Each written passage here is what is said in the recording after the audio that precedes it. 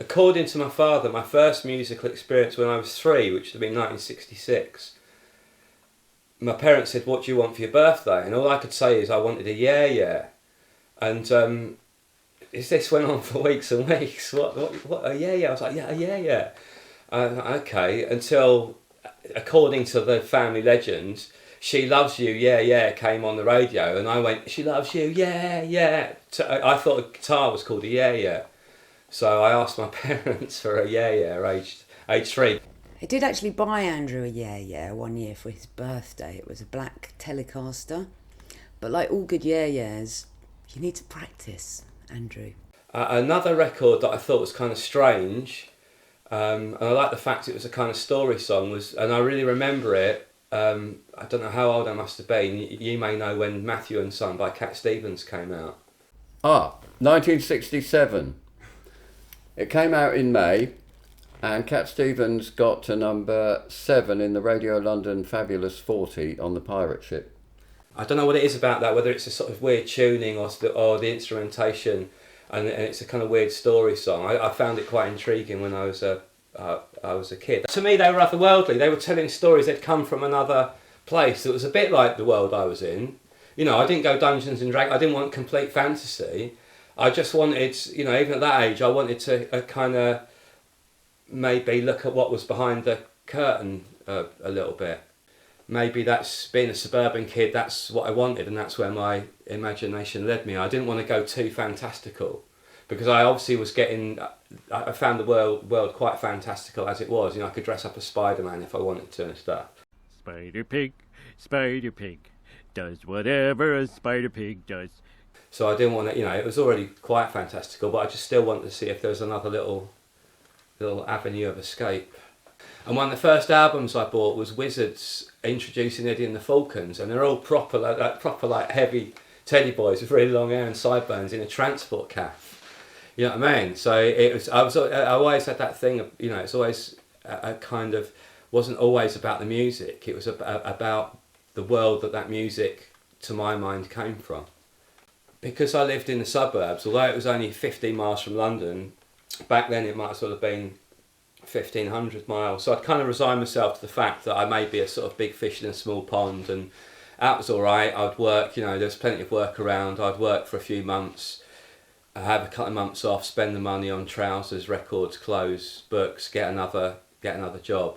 So I just thought I was quite happy. You know, I still don't have. I'm very uncompetitive, and I'm completely lacking in ambition. I think one of my earliest gigs was at a reservoir in Colnbrook.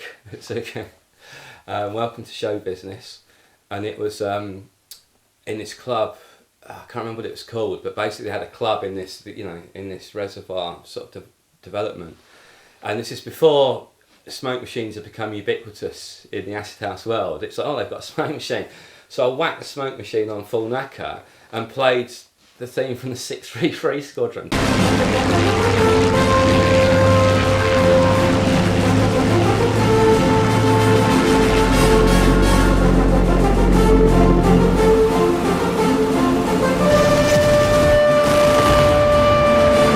And there were people doing that kind of goggle thing, like going through the crowd.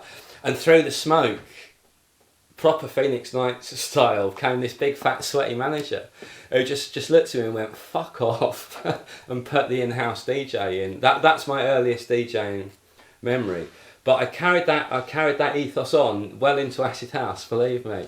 When I got asked to vacate the decks lots of times in my career, including in Ibiza, where I'd played 2 records, and again, a big fat sweaty owner, but this time with a big cigar and a Hawaiian shirt, pushed his way through the crowd and told me that the music that I was playing sounds like a man with a saw. Fuck off. My lysergic adventuring was never really that based around clubs. I'd always liked to be in different surroundings, like on the top of Silbury Hill or something like that. Well, there you are, the Silbury Hill, there's another one. There's a theory that, because it was originally white chalk, and it had a moat round it, a water round it, and there is a theory that they would project, like they would have fires and stakes, and it would cast shadows and colours on the water that would be projected. It was like early kind of visual projections, and again with smoke involved. Mr. Benjamin says that when we awake each morning we hold in our hands, usually weakly and loosely, but a few fringes of the tapestry of lived life as loomed for us by forgetting.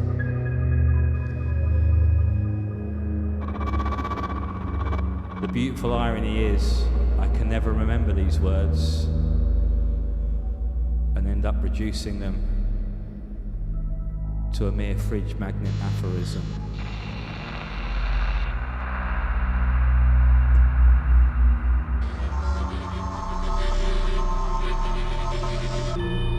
Mr. Moorcock says that legends are the tales we tell to cheer ourselves up, and myths are the stories we live by.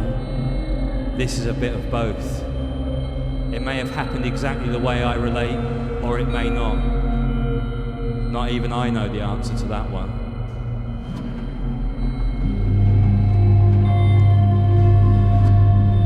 Thank Jah the camera phone was but a fever dream in the mind of a future polo-necked offspring denier and maintenance dodger.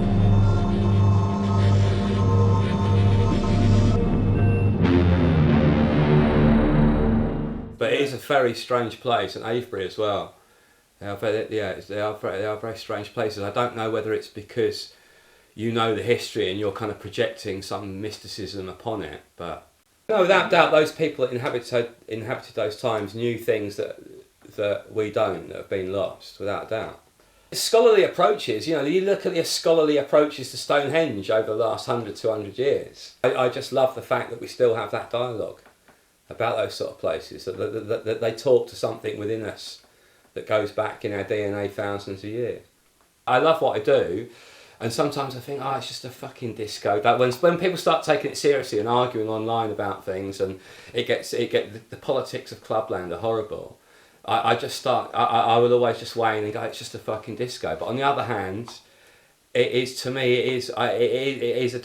a line back to that 4,000 year old rites at Silbury Hill and in ancient Greece. So it does have it does have an importance. That's why I have a weird relationship with what I do, because I can see the depth to it, but it's also, there are many shallows. I think that's why I'm still doing it, because I've always, from day one, I've thought this is going to finish tomorrow. I might as well have as much fun and do what I want to do as opposed to what other people think I should do. So to this day, I still think, someone's going to phone me up and go, right, that's your lot. You've had fun. Move along. I'm never one to work right through the night. I used to be, but I'm not anymore. But I try not to have people drop in on the studio. And if I get to a point where I think it's sounding really good, that's when I'll stop for the day. And I don't beat myself up about it. I used to think sometimes if I'd been working on a track for 3 hours and it sounded great, I'd feel guilty that I hadn't taken longer.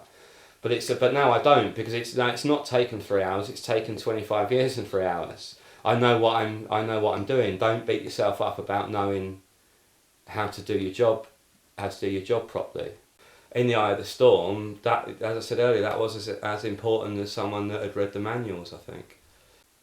So regardless of how long it's taken, if it sounds good, I'll walk away for the day. I'll go and listen to other people's music, or I'll read a book, or I'll do some painting or something, and then come back to it the next day.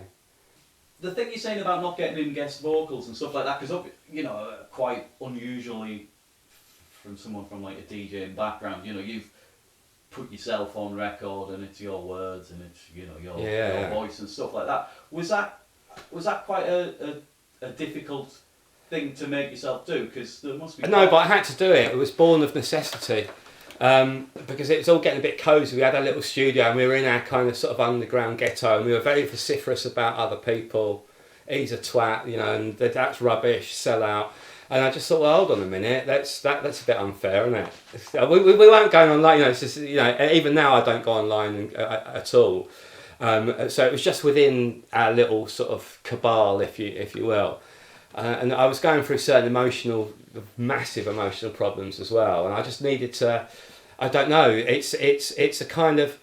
I'm not as brave as Kevin Rowlands. I couldn't walk out on stage at Reading in a Teddy nightie and lingerie, but I had to do an equivalent of that, which meant putting myself up for ridicule and criticism by writing songs and singing. But yeah, it was just something I had to do. I had to make. I wanted to feel a little bit uncomfortable, you know, and boy did that work. I've been doing it recently. I'm doing my first live stuff for 7 or 8 years according to the internet, and we just started rehearsing, playing these instrumental tracks, and I just went to my notebooks and adapted and it's weird, all of a sudden there's a reason you've written those lines, there's a reason those words resonate with you. Sometimes it can just be the syntax, sometimes it can just be the beautiful images they conjure up. But once you start to sing a melody line and then trying to find a rhyme, the song dictates where it's going and what it's about, and all of a sudden it's kind of about you, but it's very, very abstract. That's how it works for me. When I first started doing it, it was very, very literal. There's some songs that I've written that are just so curlingly embarrassing. We're doing Woodley Research Facility. I'd put an album out under the name Woodley Research Facility, which was instrumentals with a mixture of machines and live guitars and bass and trumpet and stuff. And we started playing them, and I was kind of musical director, and I brought my notebook with me, so I just started working out vocal melody lines with 1 line or 2 lines, and now it's a kind of weird mixture. I didn't want to do Convenanza, the last album, so it's a kind of weird hybrid of my last album and the Woodley Research Facility, with totally new songs on them.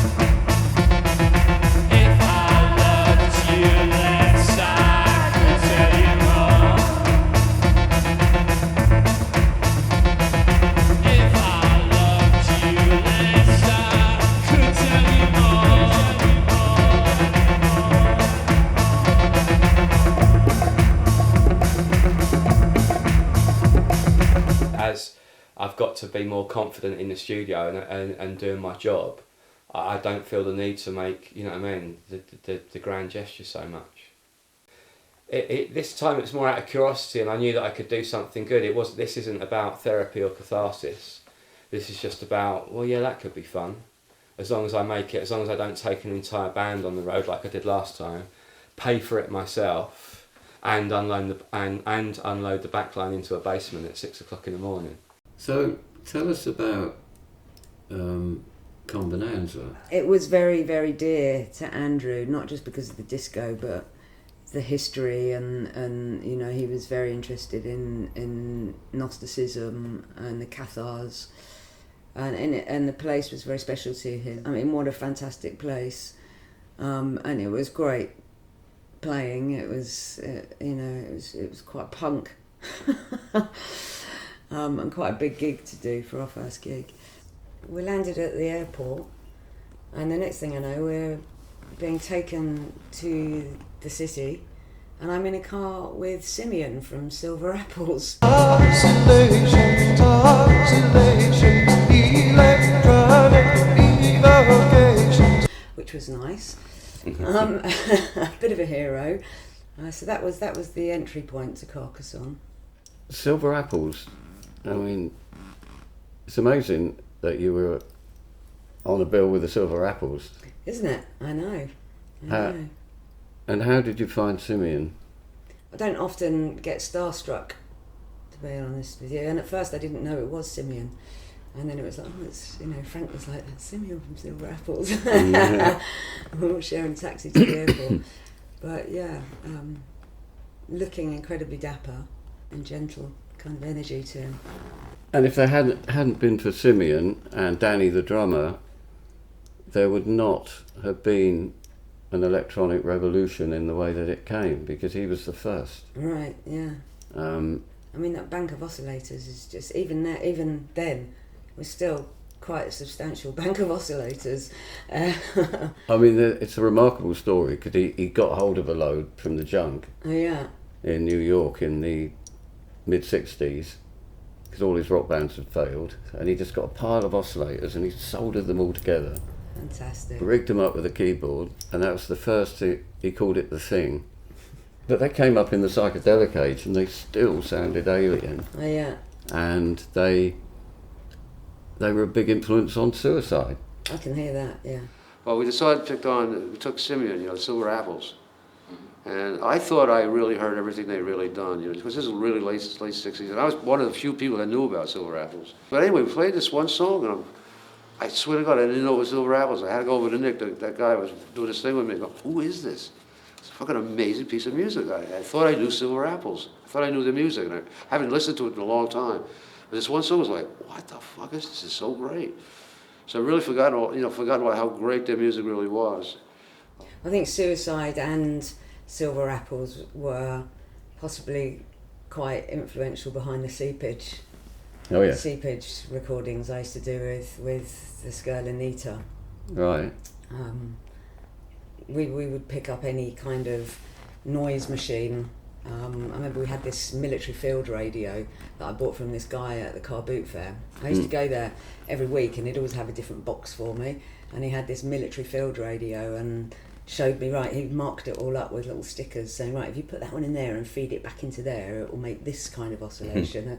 And we'd chain it all together with oscillators and guitar pedals. Spinning magnetic fluctuations, waves of waves, configurations. I wrote a book about Silver Apples. You did, didn't you? I did a remix. Here's one I made earlier. Lingering on the edge of one.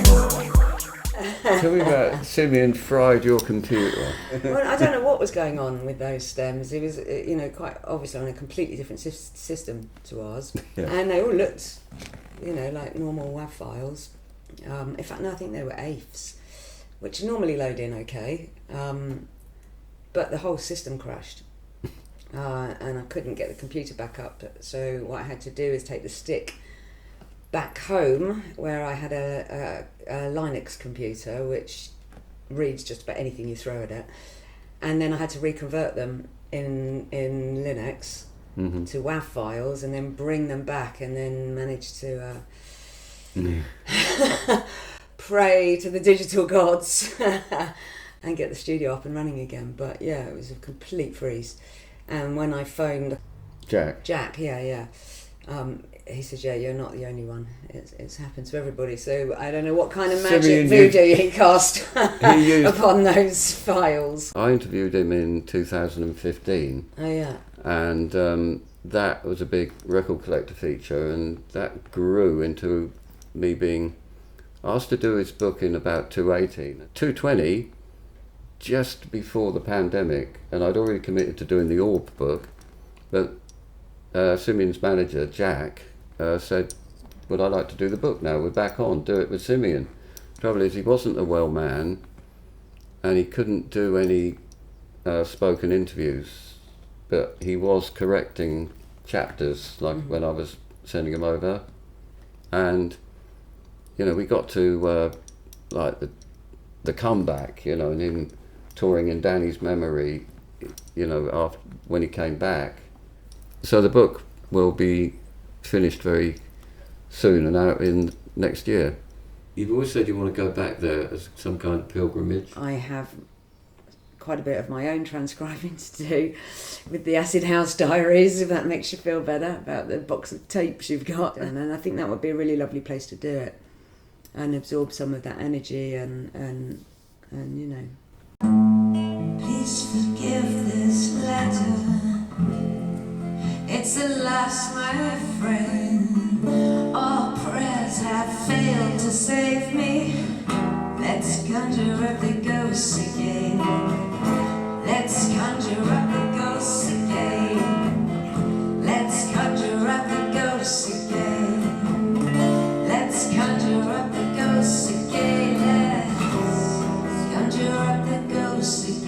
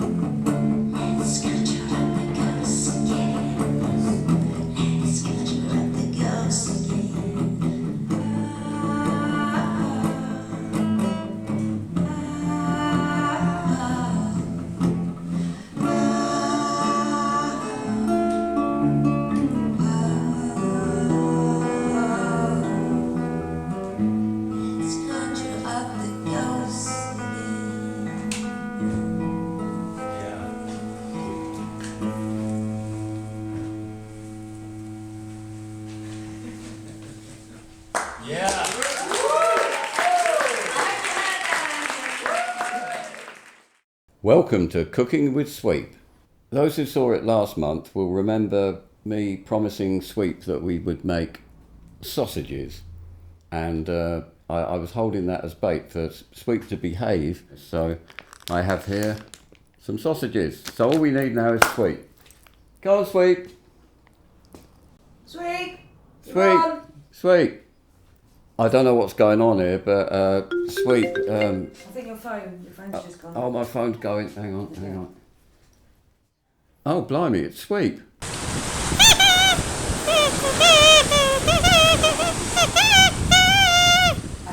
He appears to be by the sea, having a whale of a time. Well, why isn't he here? I don't... Got his cue sheet, didn't he? I don't know. I mean, he... Oh, and now he's in a tiki bar.